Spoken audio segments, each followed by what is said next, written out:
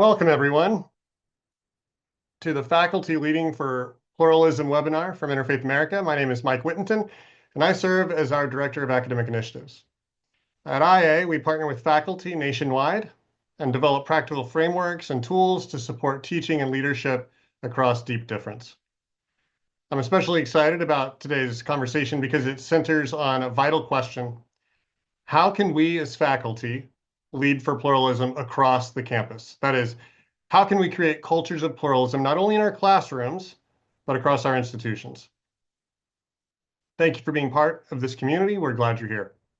And now it's my pleasure to turn it over to my friend, Eboo Patel, Interfaith America's founder and president, and the moderator of what I'm sure will be an energizing conversation. Eboo? Thanks, Mike. Welcome, friends. So my job here today is to put the furniture in the room on the intellectual tradition of pluralism and to introduce each of our fantastic panelists, have them give their presentations, and then facilitate a discussion amongst them, which will include some of your questions. So let me get started right away by just making some remarks about what at least I think pluralism is. It's the slide here. This can be shared with anybody who's interested, and I will begin from the beginning. Pluralism rests on particularity. It is the recognition that identities matter. Diverse identities in a single community raise profound questions. One of those: will identity groups be free to express themselves, start mosques, churches, synagogues, make political statements, etc., etc.? Two, how will the various identity groups in a political community relate to one another? Will it be conflict or will it be cooperation? Three, how will the identity groups relate to the broader political or civic community? To what extent will they vote, serve in the military, view themselves as loyal to the national government or to the city in which they live, the community beyond their immediate identity group?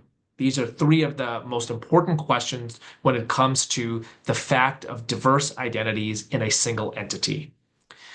Because the United States is the world's first attempt at mass-level diverse democracy, many of our best minds, from James Madison through some of the people that we have on this webinar today, have addressed themselves to these questions.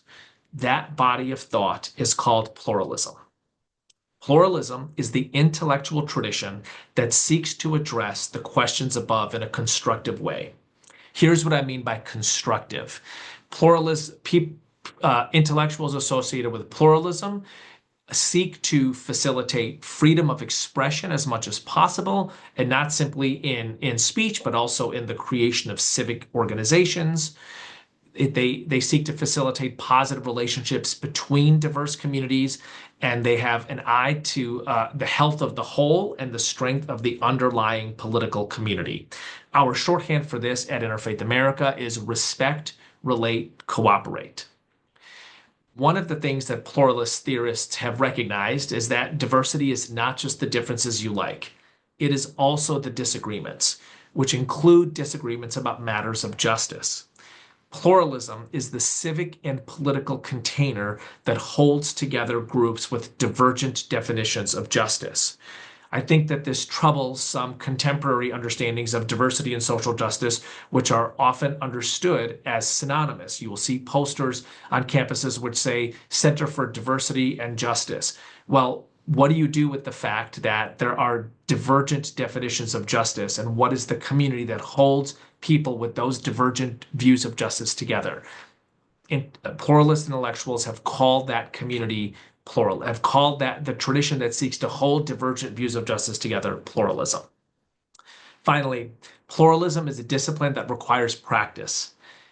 In the American tradition, it is often said that the university is the most important civic institution for practicing pluralism, not only because we can study the intellectual tradition, again, from Madison through some of the theorists we have on our webinar today, but also because universities gather people of diverse identities and divergent ideologies in a civic community that facilitates cooperation across those identities and ideologies.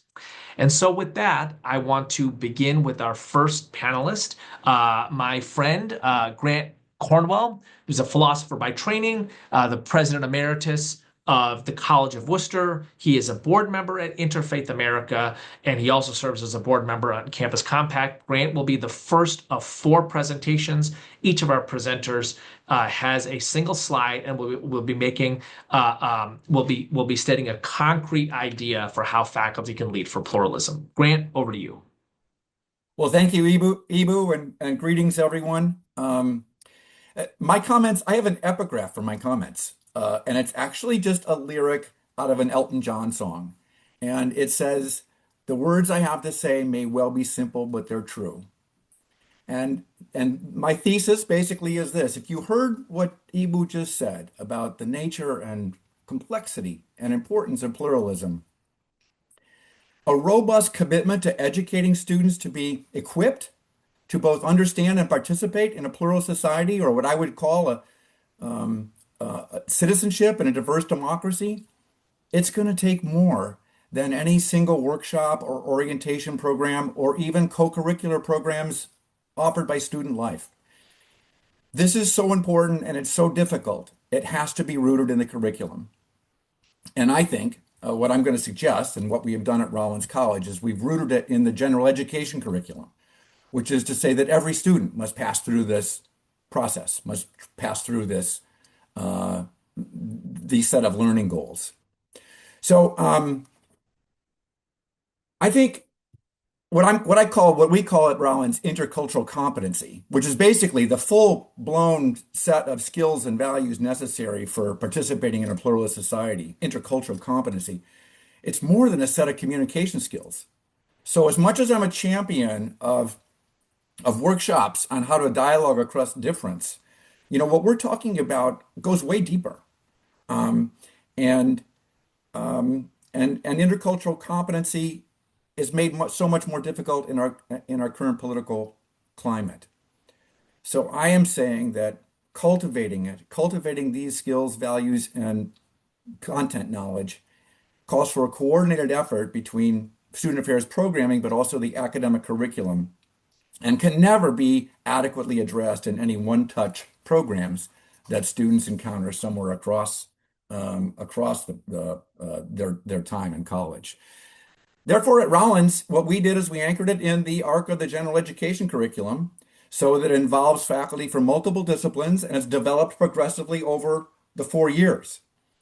And the next thing I'll say is that to be effective, therefore, it has to include a substantial faculty development component. We have to invest in our faculty together across disciplines to develop both a common sense of the commitment, but also the skills necessary to pull it off in the classroom on a regular basis. And doing so has the salutary benefit of cultivating a sense of shared and positive purpose amongst faculty so that their intellectual and pragmatic activism can go beyond critique towards positive, being part of a solution. So let me just say a word about the nature of the general education curriculum at Rollins, particularly the competency in intercultural competence.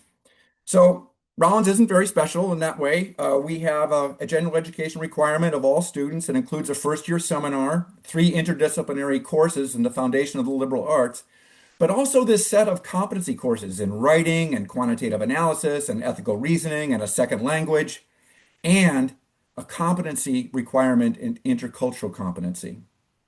And what is so important is that this curriculum was created and legislated wholly by the faculty, wholly owned by the faculty, wholly run by the faculty, wholly peopled by the faculty. And let me read from that legislation and then I'll almost be done.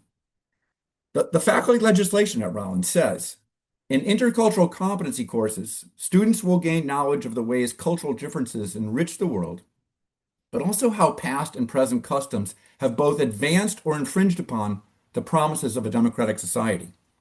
Students will assess and critique current theories as tools to understand difference and commonality, and will examine various strategies aimed at achieving a more just, equitable, and productive society. Students in intercultural competency courses will bring multiple points of view and experiences, creating an opportunity to engage in discussion across disagreement, to question one's own beliefs and values and biases, and to find, this is important, together to find common solutions to advance a shared project, and that these are all essential skills for thriving after graduation.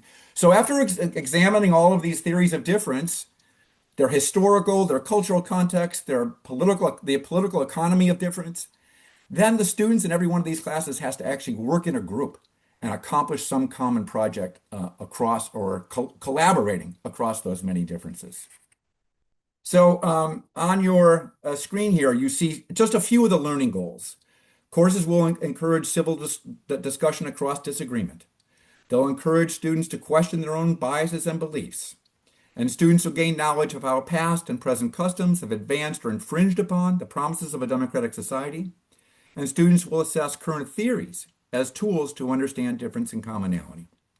So in conclusion then, my main point is that this work is very important and very difficult, and we need an all-in commitment to it, which means it has to be anchored in the academic program. And if it's anchored in the academic program, it has to be owned and operated and conceptualized by the faculty.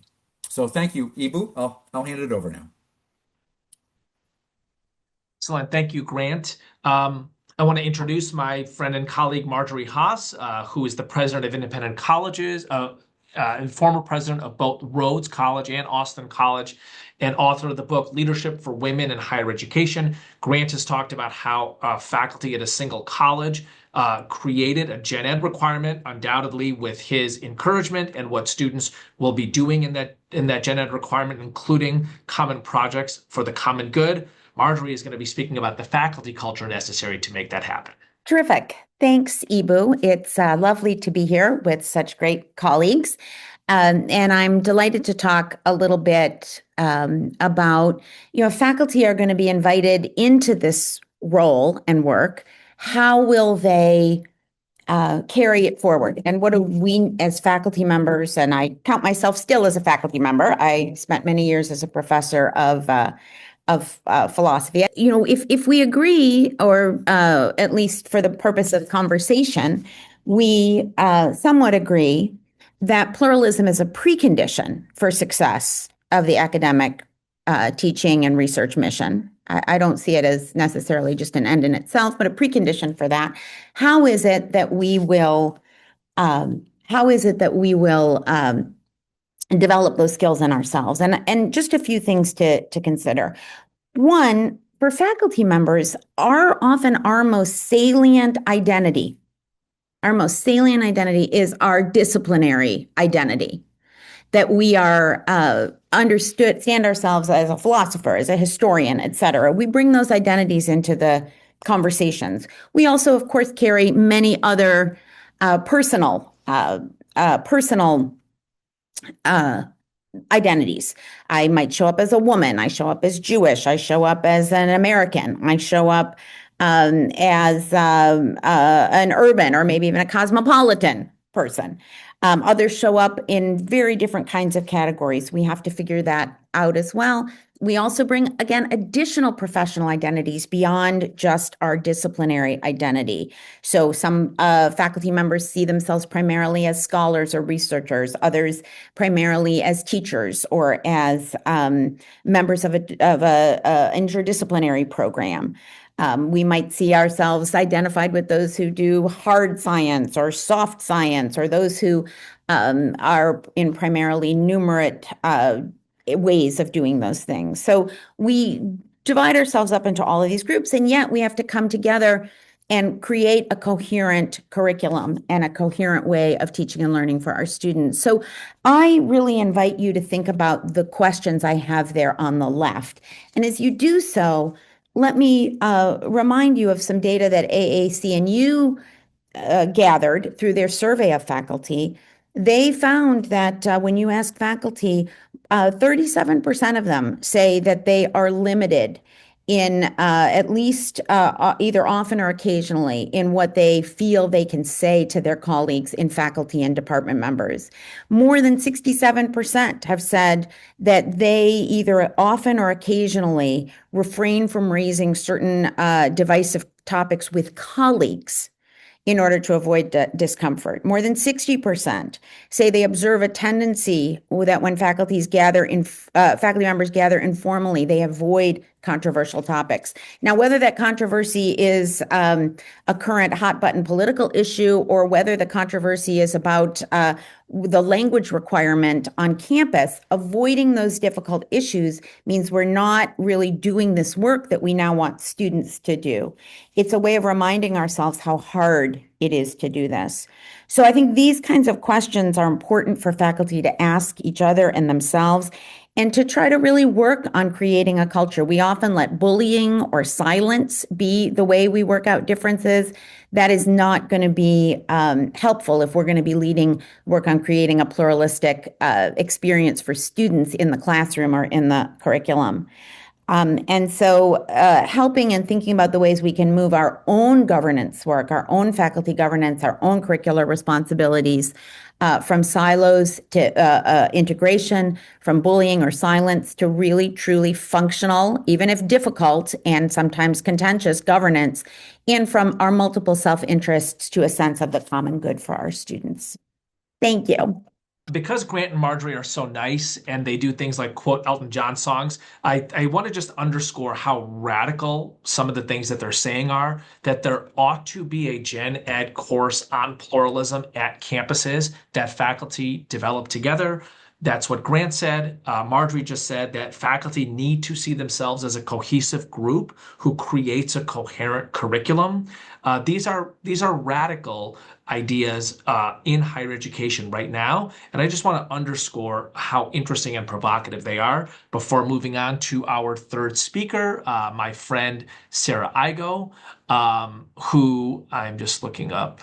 Who's the Andrew Jackson Chair of American History at Vanderbilt University, where my son is a student. She's the faculty director of Dialogue Vanderbilt, and she is also the director of the National Fellowship on the Future of Liberal Education. She'll be speaking about one of the exciting projects of that fellowship right now. Sarah. Hi, everybody. And thank you to Eboo and Interfaith America and co-panelists and all of you for tuning in. I think this is going to be a great conversation. So the title of this webinar was Faculty Leading Pluralism. And I really want to think about that question about how faculty can lead. I actually think faculty have not been invited to lead their campuses in recent years, and I think it's time to reverse that trend. So I want to talk a little bit about that today and hope it will spark some interesting discussion for all of us.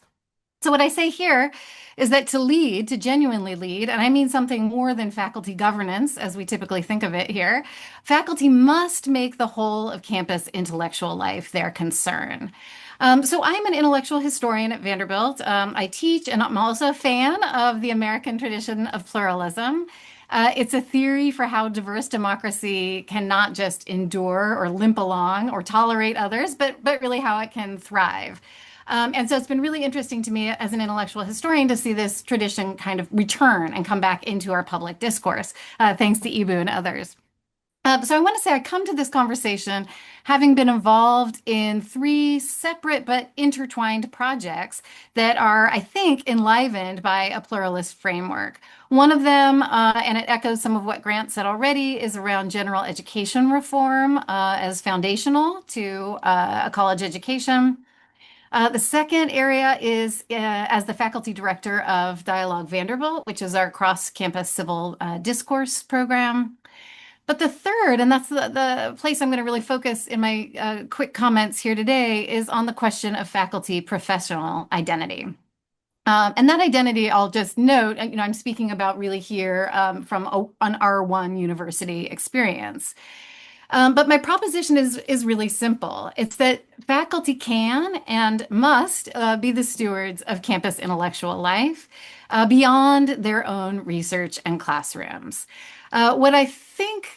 How I think this relates to pluralism is that pluralism as a way of thinking draws us to think about not simply the elements of a polity or of a university, but of the whole, the fabric of the whole.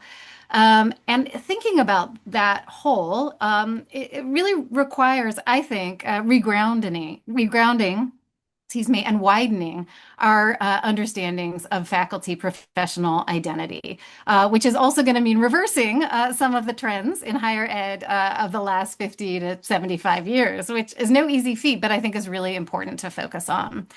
So, faculty as stewards of intellectual life. What I mean by that is that intellectual life on our campuses, beyond our own individual classrooms or research spaces or labs or what have you, really cannot and should not be outsourced to other parties, to academic affairs or student life or residential life, as important as these facets of campus life are.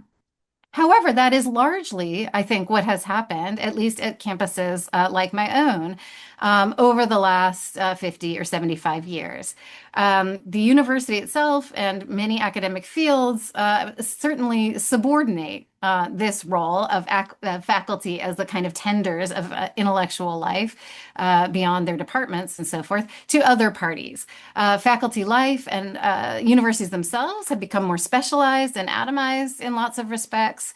Faculty are less rooted in their home institutions than they used to be. And this is something that was pointed out as long ago as 1968 in a great book, The Academic Revolution, written by David Reisman and Christopher Jenks.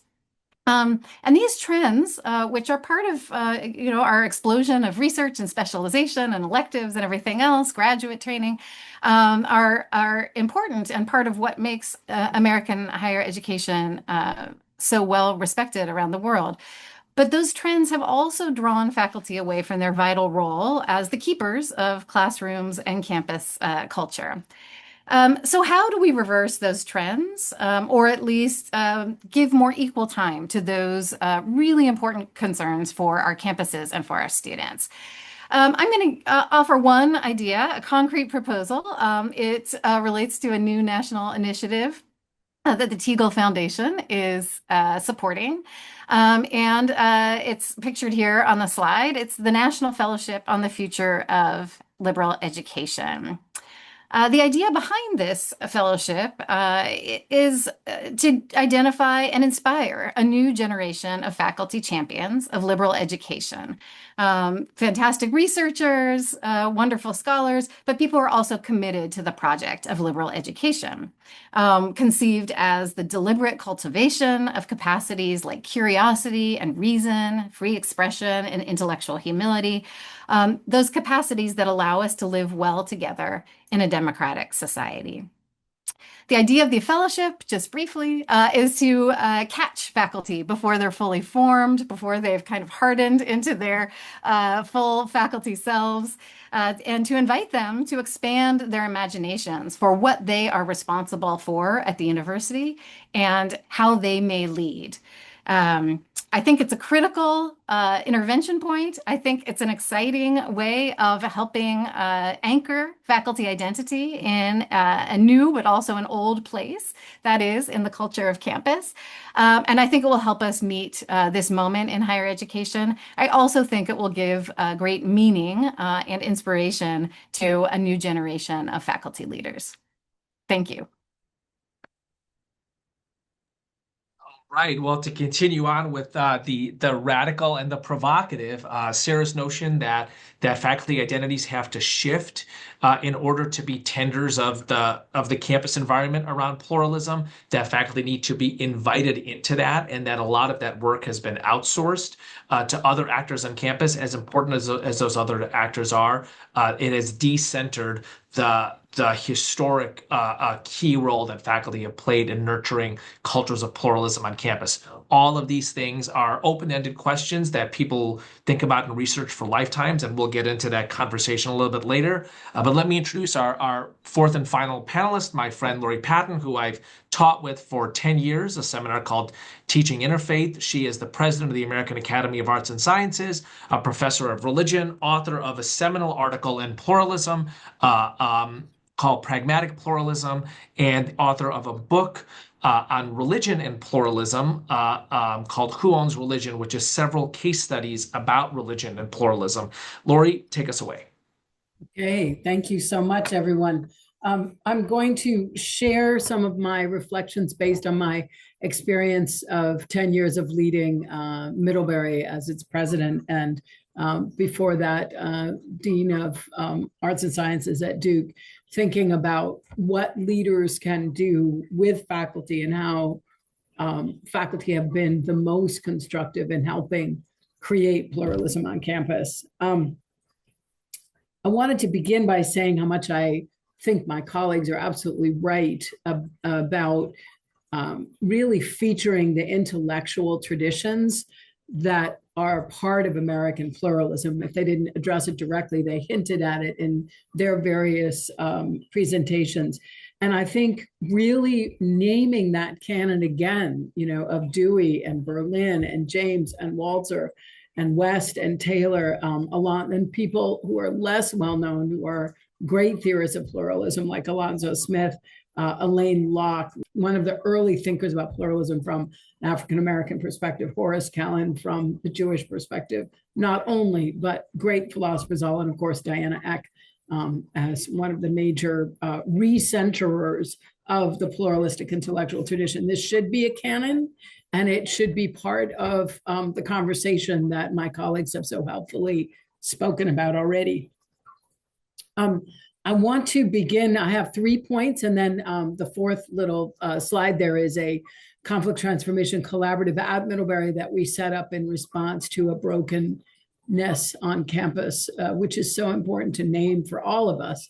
And it's so hard because we're so driven by brand and signature and how our college is unique. And I think it's super important to acknowledge the other side of what we do and everything that we think about. So my first point is pretty straightforward, that the theories and approaches of pluralism that I just celebrated, they are in fact only partial. And one of the things that drives almost all of us in really powerful ways, from students to presidents, is fear and anxiety about the risk of doing things in the public square. We live in an attention economy. We live in a world where that participation in the public square is not the same as it was. Not that it wasn't hard and messy and filled with shame and embarrassment and threat and all of the stuff that we know that's part of what it means to have that great experiment that Eboo was talking about. But if we don't address that fear from an intellectual perspective, then we are not giving our community the tools, particularly faculty, and we'll talk about that in a second, that they need to be part of the public square and to make democracy concrete, right? We want to create a situation where the assistant professor doesn't say, I didn't speak up because I don't have tenure. Every single one of us has heard that statement. That's super hard to do. One of the ways that we felt, moving to my point too, that we could do that at Middlebury was after a particularly difficult speaker on campus, we were able to realize what was wrong, because we thought our freedom of expression was fine. We thought student activism was great. Student faculty relations were wonderful, et cetera. Student affairs had it covered. And then we still erupted. Eboo mentioned something about being nice. If you're on a nice campus, my experience, long-term executive level administrator, is it's more likely to erupt because the niceness has nowhere to go with the anger. If you're on a scrappy campus, it's more likely to hum. And so in a way, thinking about what it would take for us to be more scrappy, and we realized that faculty in particular needed to lead this. In 2018, we were able to get support for something that we called the Engaged Listening Project, which connected diversity of viewpoint training for as many faculty as we could possibly support, and listening skills, deep listening skills, not superficial ones, the power of the pause being central to a lot of conflict management. And then we were able to expand that program in 2021-22 to a conflict transformation program in which every different kind of conflict transformation, deliberative dialogue, restorative practices, restorative justice, arbitration, mediation, was available to folks to be trained in, so that it became a liberal art. Conflict transformation became a liberal art. It was super hard to do. It still is a work in progress as we move forward. But unlike Grant, we made ours ubiquitous rather than a mandate just because our campus culture is different. And I don't think it would have gone well if it had been a mandate, but it remained faculty led. So now on our schools abroad, you name it, in our residential life arena and a number of other areas, we have access to, and students are trained in both in the curriculum and the para-curriculum conflict transformation skills. There are all sorts of fun things that resulted from that. And we said from the beginning, it means more conflict on campus, not less. The other thing that we were super important to say is the engaged listening project of faculty training remains central. We're still doing that. That's the core of everything as we have expanded out to make it ubiquitous across the campus. The third point is that any initiative like this should be led by faculty for all the reasons that my colleagues have already focused on. And yet, at the same time, they should also, in turn, see it as their obligation to engage constructively student affairs professionals and others, ombuds folk, and so on, who have equal and complementary expertise. That's the academic mission, and recentering the academic mission is incredibly important in this. And at the same time, we need to think about the centrality of student affairs professionals, so that who often share with me when I was president of Middlebury, how difficult it is not to feel like an auxiliary. And what does that look like to reconfigure that relationship, because they have become siloed, and it can be a very tough campus of at least two cultures when it comes to faculty and staff. So I think that's an incredibly important piece of what we are working with and challenged to do. And I'll end by saying, in fact, you can look at what we're about and how we've tried to do this with the Conflict Transformation Collaborative at Middlebury. The number one thing that is the bottom line point is what we've noticed in our assessments so far is that students in particular, but others too, are less afraid once they know that they have tools to manage a difficult conversation. They can turn to scaffolding, making it slower, the way that many policymakers do when they use deliberative dialogue.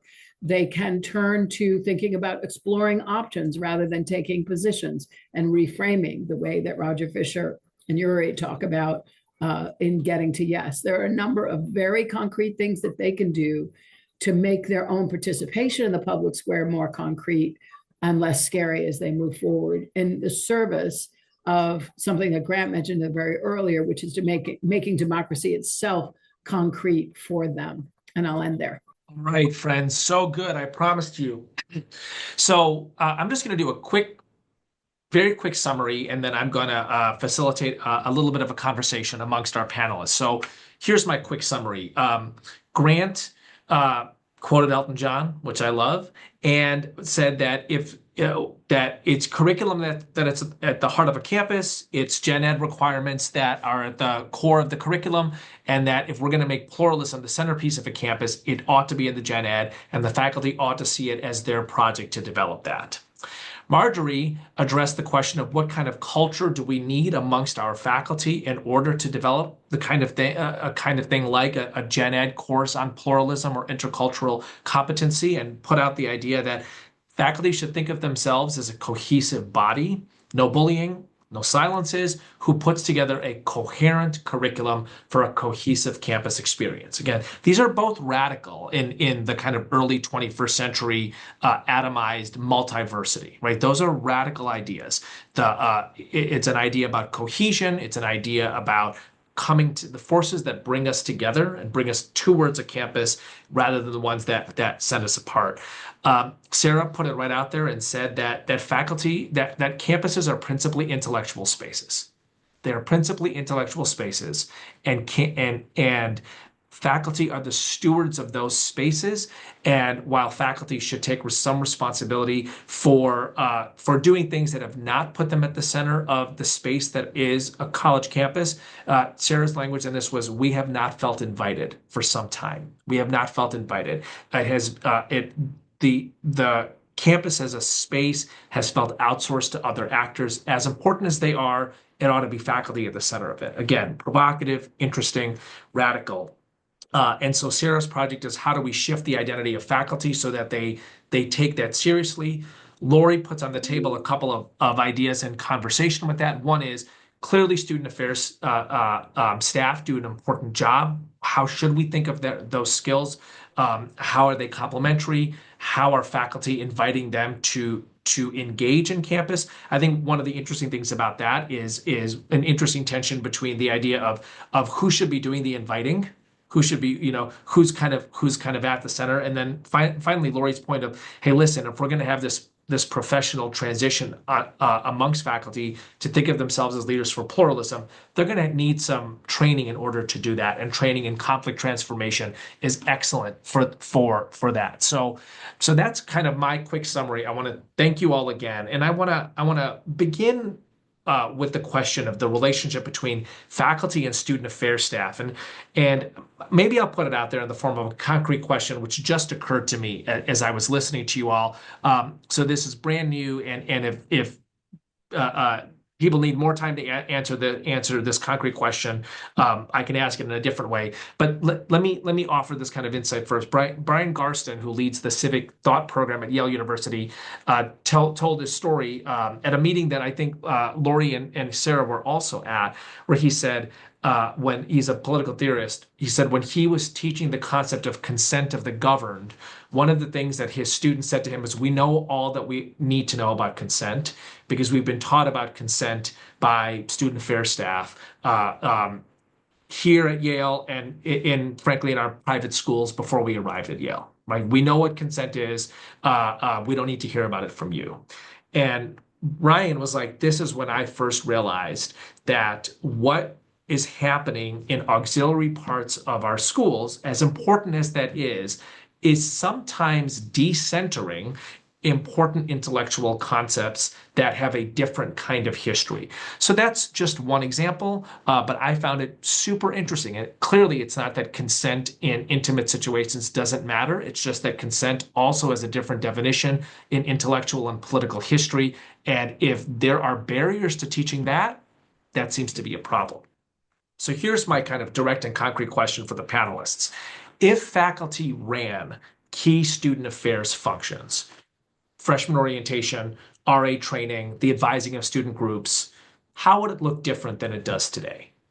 If faculty ran them in the notion that Sarah offers, which is the campus is principally an intellectual space and the faculty are the stewards of that, how would those functions look different?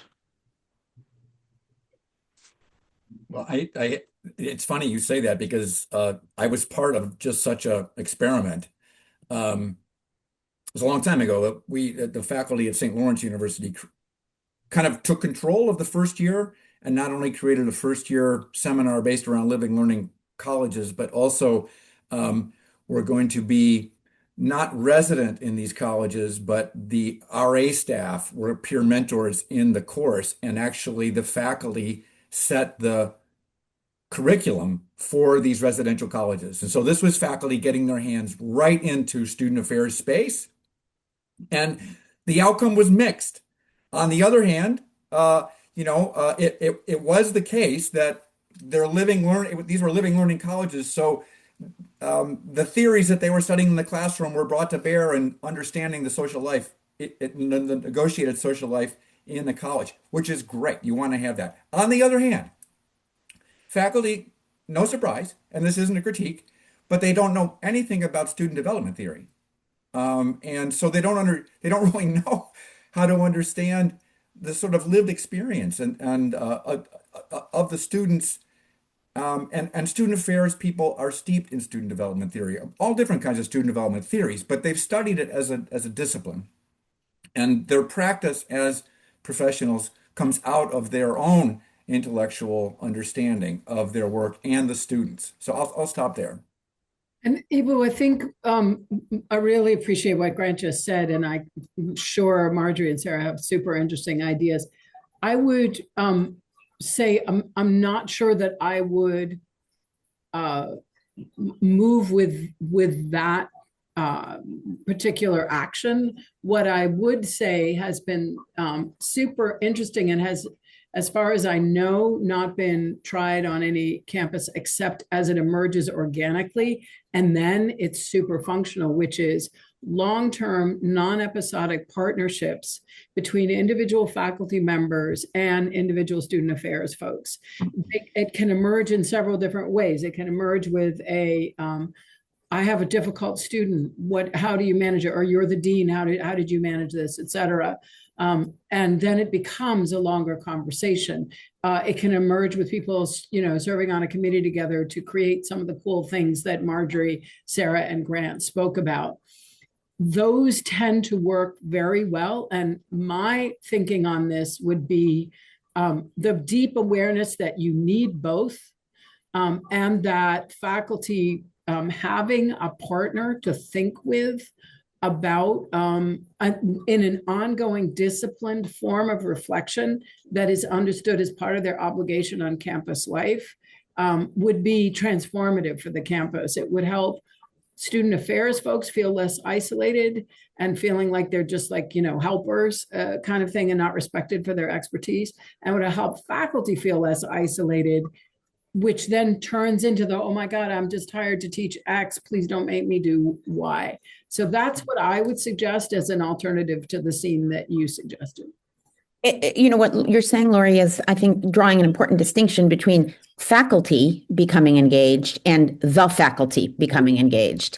I have, on every campus I've been at, can think of many, many examples of the kinds of partnerships you're talking about, where individual faculty members build those relationships, get involved in specific projects. Sometimes it is pieces of first year orientation. Sometimes it is career development. CIC has a very vibrant community called NetView, which stands for Vocation and Undergraduate Education, where faculty and student life professionals, career center people, chaplains, if that's relevant on a particular campus, campus leaders come together to really create a culture around designing, and hearing a sort of sense of vision for one's whole life. So there are lots of those kinds of things. Saying the faculty, though, implies that faculty will somehow have to do, as a body and as part of their responsibilities, the kind of learning and training that Grant talked about, and the kind of real in-depth, often messy, but meaningful governance work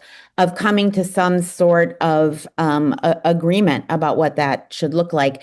And that's harder. And I'm not sure that faculty want the faculty to take over. They would often like other members of the faculty to do that work, or they would like to come in sometimes, we all want to come in at the end and say, oh, I don't like what you're doing there, and I don't like what you're doing there. But really building up a kind of sense of support for students, holistic, is going to require both time, attention, training, and real integration with professionals in a variety of other, student life areas. Yeah, I agree. Can't disagree with anything that's just been said. No, hold on. I'm going to push you. I'm going to push this. I'm not going to break glass, but I'm going to knock on it hard. Okay. So you said in your presentation, faculty are the stewards. The campus is an intellectual place, and the faculty are the lead stewards of that, right? So we've had 3 of our colleagues say, this should be a partnership. Do faculty have the leadership hand in this partnership? So you're asking, what I was about to say actually was exactly about this. You said faculty should be running, and everybody else has been talking about kind of partnering. I think it's neither desirable nor plausible for faculty to be running this whole operation. I do think we need to be creative and imaginative about how we think about the partnerships, as really everybody, Laurie, Grant, and Marjorie all just said. I feel like I've been very lucky in my career to work very closely with staff members of various sorts.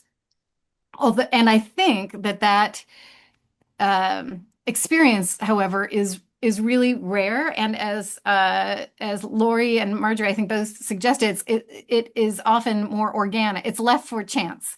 I think there might be some ways to think, and it may relate to governance structures. It may relate to, committees that we are rampant, on our campuses, to think about rejiggering those to have kind of equal membership of people on the administrative staff side, the student life side, the residential college side, and faculty members.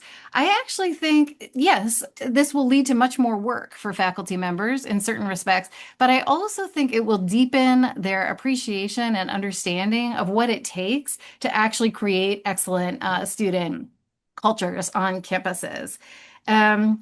I also think this just hasn't been mentioned, so I want to say it. The reason why are we talking about this? Why are we thinking about this? It's because I think students on our campus, if you try to really take a student view of the institution, these places are incredibly complex and confusing, and students do not understand all of these fine distinctions, hierarchies, professional practices in the ways that we might or think that we do.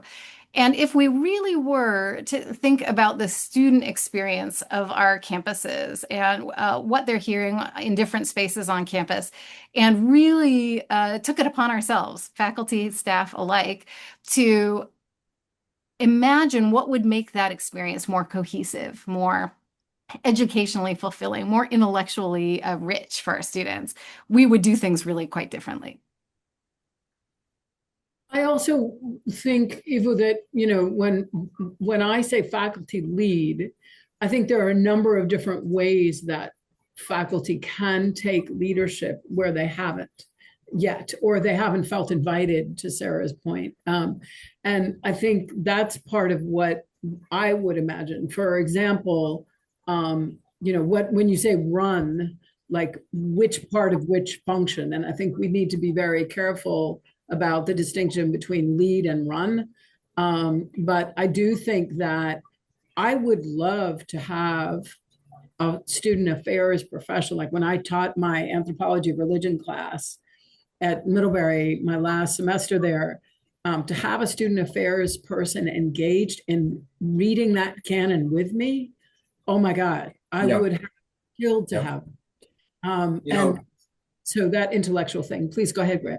Well, I'm 100% with Sarah that I think that the operative word could be influence. I mean, we absolutely need faculty influencing campus culture to better align with the mission. And faculty are uniquely positioned to do that and ought to do that. And for all the reasons Sarah talks about, have lost purchase on that. All that's true. It's just hubris to go one step further and say, oh, and by the way, student life staff should report to faculty.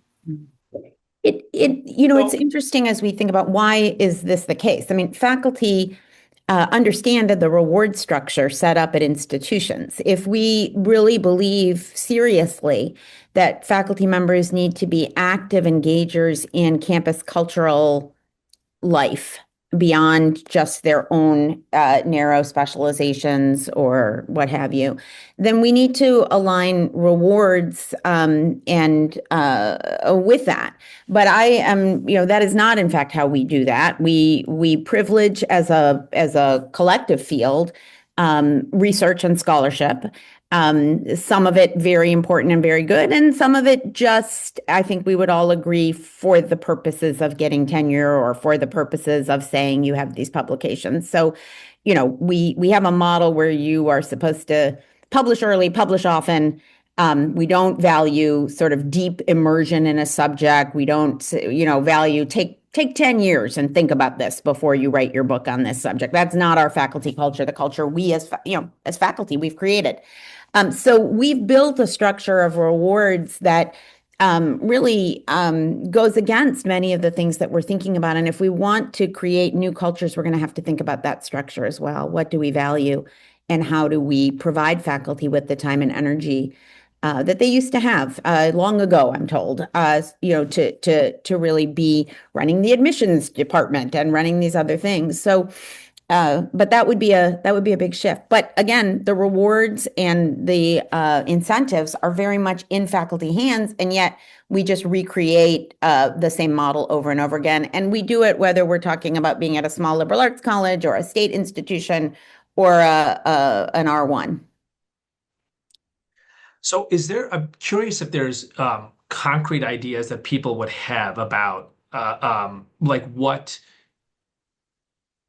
a kind of a key student life function. And Sarah, as you said, and I now have an 18-year-old at a university, and so I hear his experience on this massive campus at Vanderbilt, and all adults are the same to him, basically. All adults are the same to him. Some people give him grades, but all adults are the same to him, right? Uh, um, I'm curious. And Grant, you gave an example of this was with the residential college model. That was in fact the kind of partnership that I think all of you are talking about between faculty and student life professionals.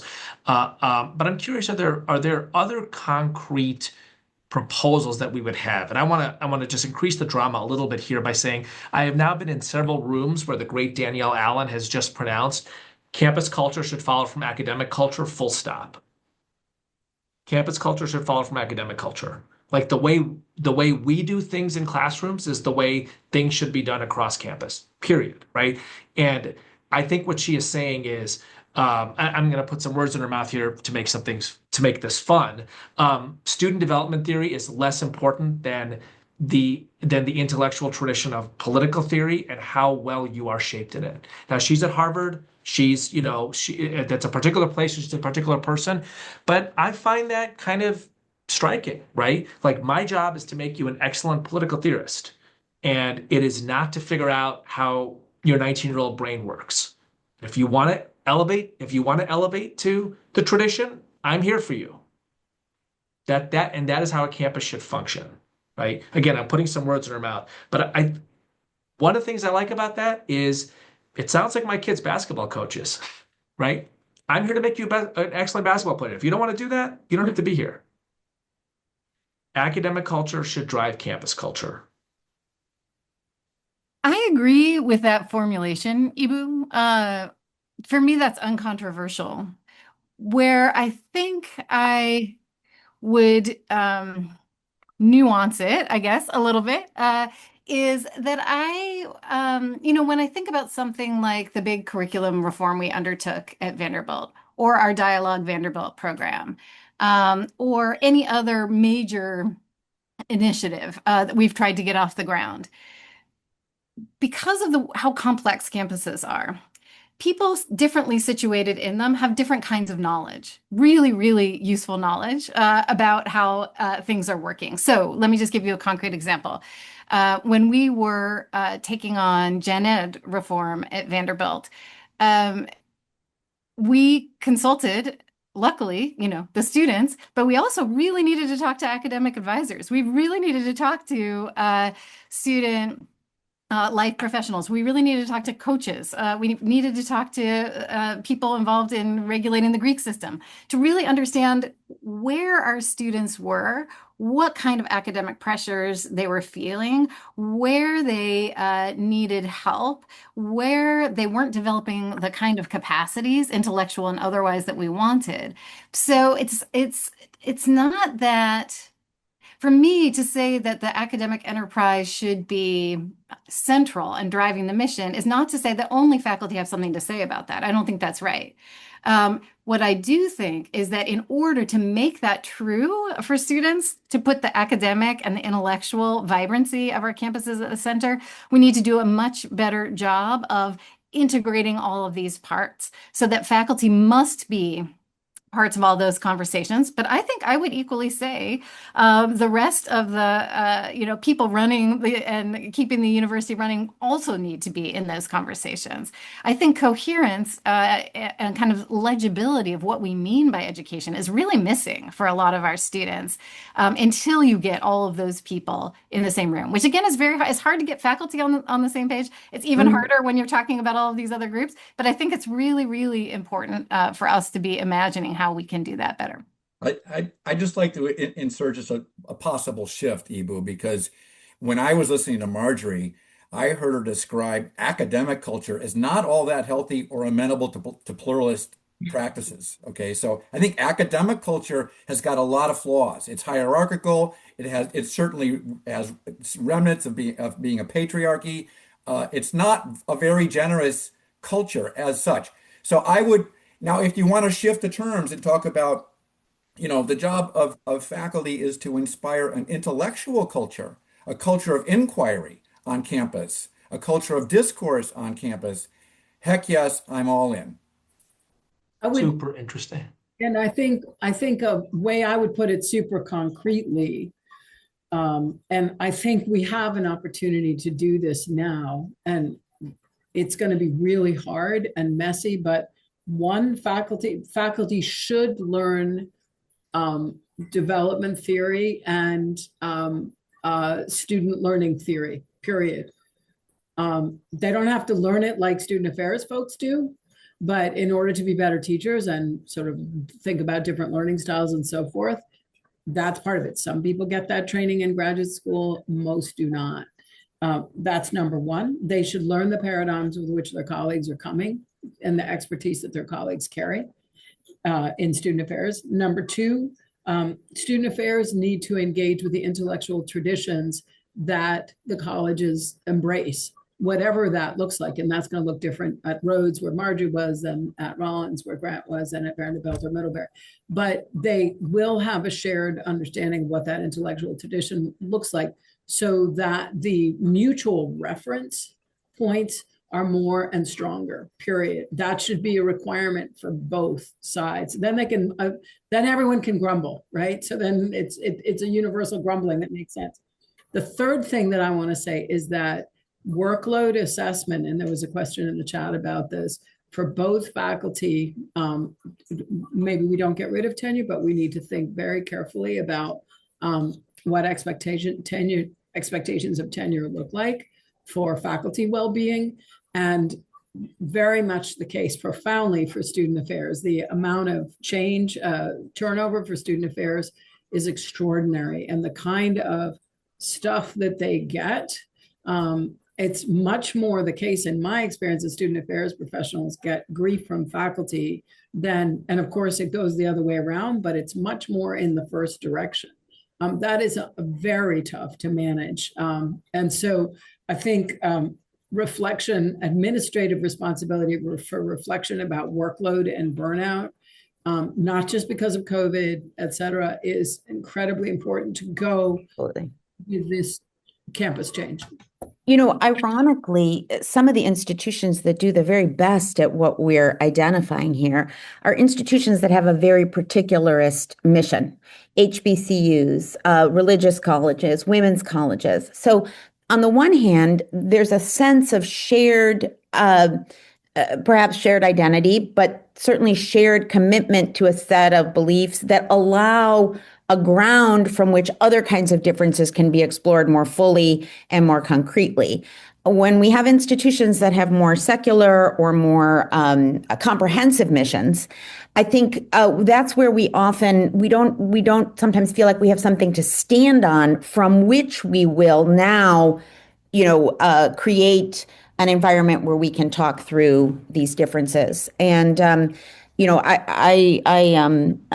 not sort of even posing that as a should, but more just as an is. I think in my observation, that is in fact the case. So there probably are things that more comprehensive, more secular institutions could learn from those more specific missions. They are not without their struggles. In fact, what I'm arguing is that the struggles in a certain sense become more open, more robust, because there are enough shared commitments that you believe that the community won't blow itself apart if we have these difficult conversations. And there's a somewhat of a confidence that the folks with whom I'm disagreeing nonetheless share, have the best interests of the students, say, or the best interests of the mission at heart.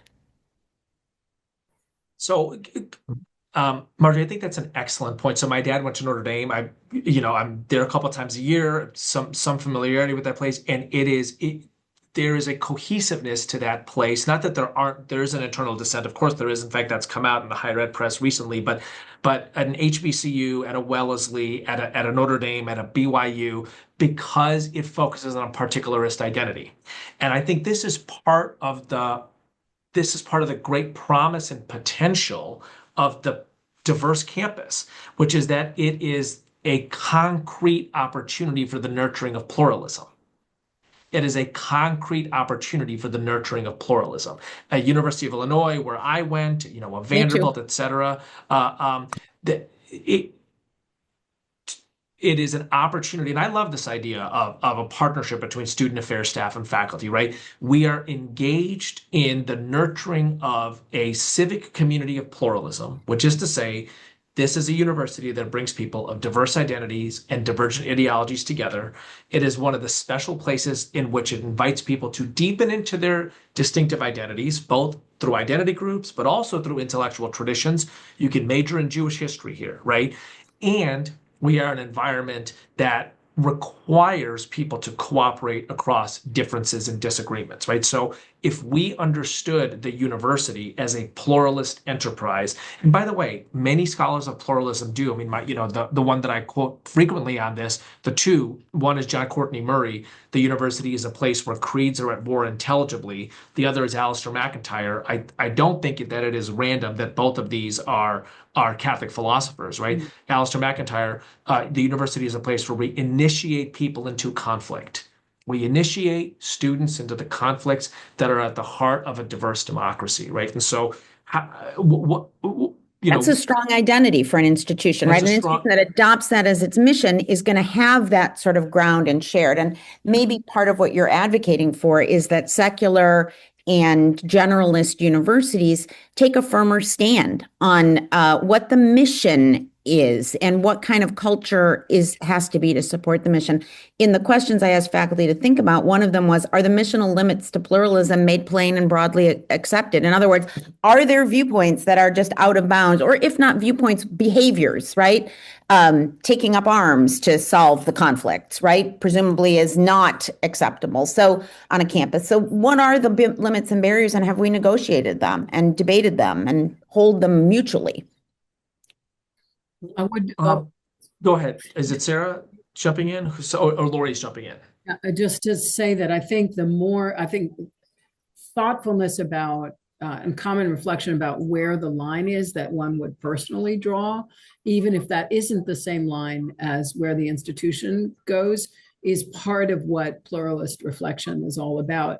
And that's point number one on this topic. And the second is that the more utopian your brand is, the more, and I don't mean your ethos once you get there, but as you sell, as you do, colleges and their unique identity, some of which is not so unique, you are going to be more at risk for some of the explosions that can happen on campus because you haven't grounded yourself in that particular sort of mode. And that's what I think is so powerful about what Marjorie is saying. I did want to say something about the question in the chat about conservative. I think it's super powerful and super interesting. There was a University of Wisconsin study done maybe 6 or 7 months ago that suggested that 85% of Americans actually think diversity is a good thing, period. Racial diversity, among many other kinds of diversity. I just came from a session with center-right folks in Washington around a different topic, but still listening very carefully. I think most Americans think of diversity as a strength.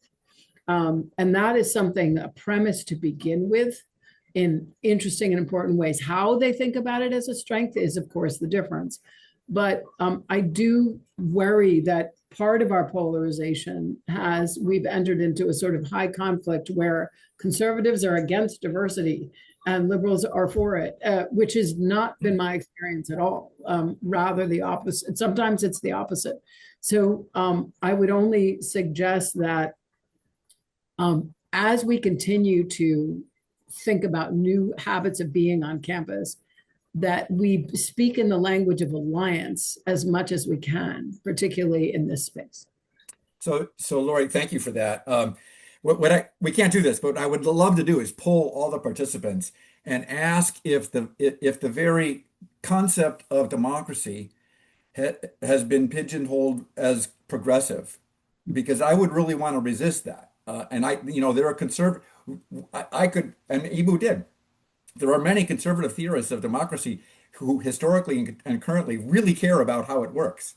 And I think pluralism is not a progressive concept.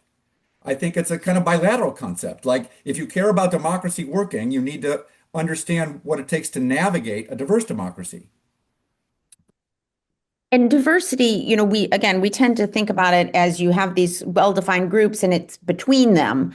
But anytime you are, any of us who are members of a well-defined group, anytime we spend time in those things, the conflicts just get louder and harder, right? And that's true whether you're talking about your religious group or your other forms of identity, or whether you're talking about the professional meeting of your discipline. The conflicts often are fiercer when the differences on some level are smaller, because again, we're always constantly negotiating identities. So there's no place you can avoid the question. There's no place you could go where you can avoid the question of how are people who disagree going to get along? Your own family has to answer that question. Your subgroups or identity groups have to answer those questions. Your synagogue, your mosque, and campuses have to answer those questions as well.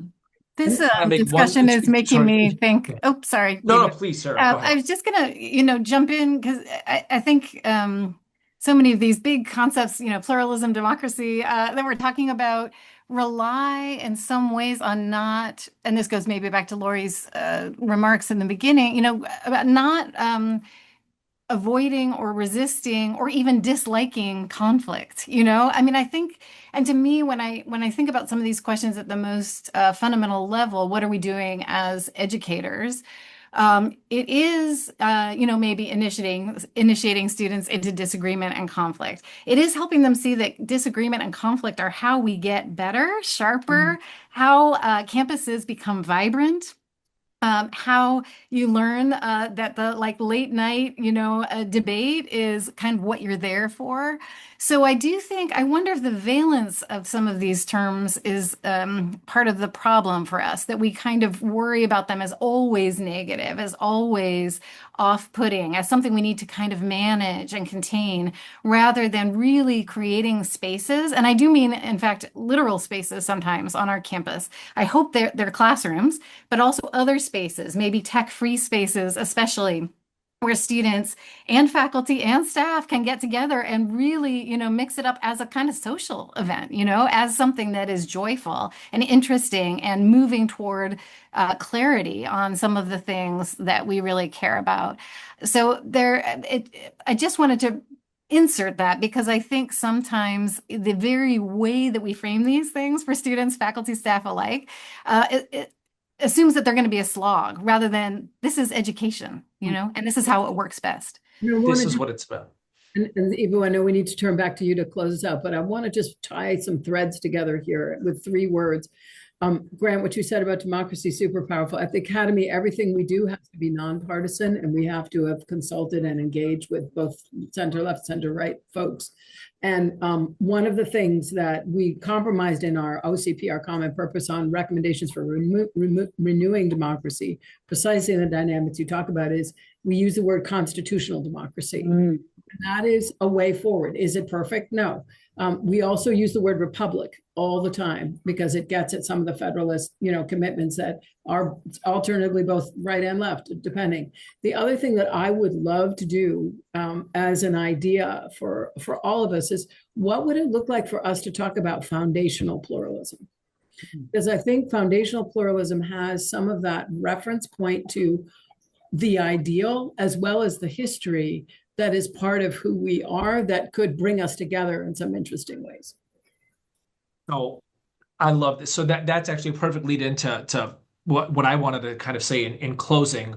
So there's the great line, all that is solid melts into air. So we are in one of those moments, right? Big history, as Danielle Allen recently said, we are in one of those moments. All that is solid melts into air. And my own view is, and this is my geekness showing, but I think in those moments you return to intellectual foundations, right? What are the intellectual foundations of a civilization? And I think of America as a civilization. What are the intellectual foundations? And in my mind, the most important intellectual foundations of this civilization are people of diverse identities get to express those identities. That diversity is going to be in close quarters with each other. We need to build a political architecture and civic spaces which allows for expression and nurtures cooperation, recognizing that there are deep disagreements. We should never use the word justice and diversity together without recognizing that what we're talking about is tension, because people have divergent definitions of justice. People have divergent definitions of justice. And the power of pluralism is that it is the container which holds people with divergent ideas of justice together. It allows them to express those ideas of justice. It encourages cooperation across differences, meaning sometimes you have to bracket your disagreements. You have to bracket your disagreements, right? So in a, returning to intellectual foundations, as we rebuild or improve or whatever, but where things are not going to be the same. Things are not going to be the same. So thank you so much for a great conversation. Thank you for your friendship over the years and into the future. I'm very grateful for it. Back to you, Mike, to close us off. Thanks, Eboo. And thank you to our panelists and all of you for this important conversation. In the midst of what seems like an onslaught of bad news, here's what's giving me hope. Right? Faculty have the power to shift cultures on their campuses toward pluralism. We can do that in the way that we shape our classrooms, mentor our students, design our syllabi, convene our colleagues, how we model what it means to engage difference with intellectual rigor and civic generosity. So if today's conversation sparked an idea, surfaced a question, clarified a next step, I hope you'll carry that back to your campus, because cultures shift when faculty lead. We're grateful to be in this work alongside you. Interfaith America is here as a partner and a resource. We'd love to continue the conversation. Thank you again for your leadership and for all you're doing to build cultures of pluralism on your campuses. Please stay in touch. Bye-bye.